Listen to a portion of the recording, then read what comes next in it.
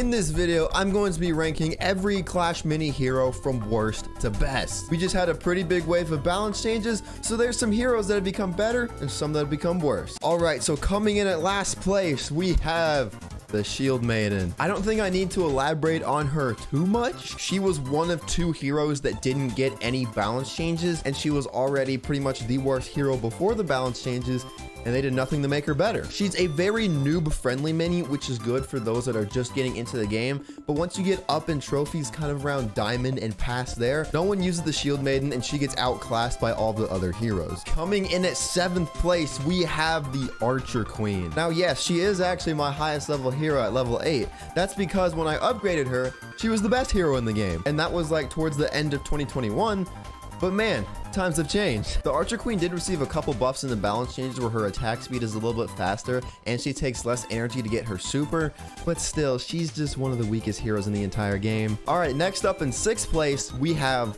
the Wave Master. So pretty funny story. I've never played the Wave Master before.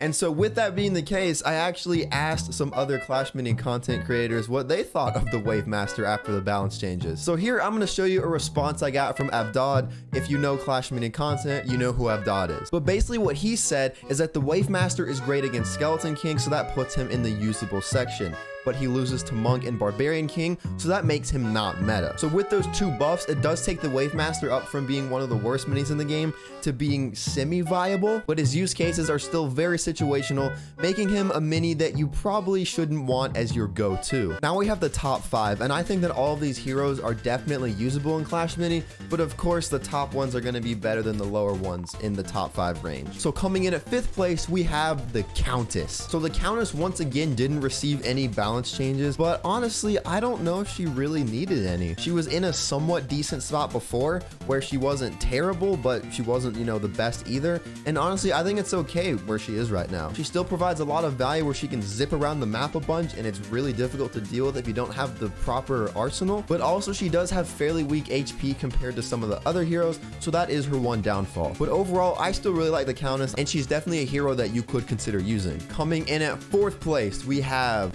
the Monk. So the Monk actually did receive a buff to his HP. It went from 12 to 13 at its base level, and you can kind of see it, honestly. And of course, I really think the Monk is always going to have some sort of viability regardless of what the meta is, because its super does so much damage. So the Monk definitely isn't the best hero in Clash Mini right now, but it will always have some sort of viability, and that is the case right now. So now we have the top 3 heroes, and all 3 of these are definitely the best of the best. You're gonna want to make sure that you use these, as they are all extremely good. Coming in at 3rd place, we have the Skeleton King. So the Skeleton King got a very small change, but it was a very impactful change. What they did is they swapped the I am back and the how dare you ability, so that way you now get I am back at level 4. So this means that no matter what, your Skeleton King is always going to get a second chance at life, and that right there is honestly one of the best abilities in the entire game. And on top of that, he does a pretty decent amount of damage despite him having a relatively slow attack speed, and he's pretty tanky. So with all that combined, the Skeleton King is definitely one of the best heroes in Clash Mini right now. Coming in at number 2, we have the Royal Champion. So the Royal Champion did receive a nerf to his HP, but honestly, she is still just as good. Very fast fire rate, she can hit from a distance, her bouncing shield ability is crazy, and the fact that you get it back 100% after knocking out an enemy, it's hard to go wrong with the Royal Champion. But then of course at number 1, we have the one, the only Barbarian King. Barbarian King and Royal Champion were arguably the best heroes before the balance changes, and at least they nerfed the Royal Champion a little bit.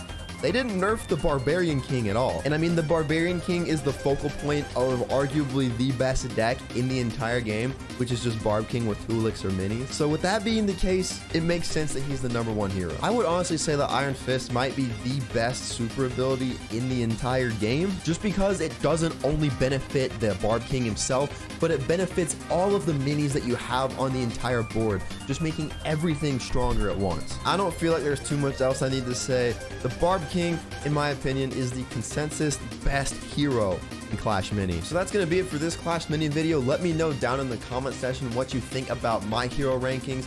Do you agree? Do you disagree? I'd love to know what you all think. And also, while you're at it, be sure to check out this video right here. In this video, I go over my favorite Royal Champion deck, and as I said, even though she was nerfed, she is still incredibly good. So that's it for this video. See y'all later.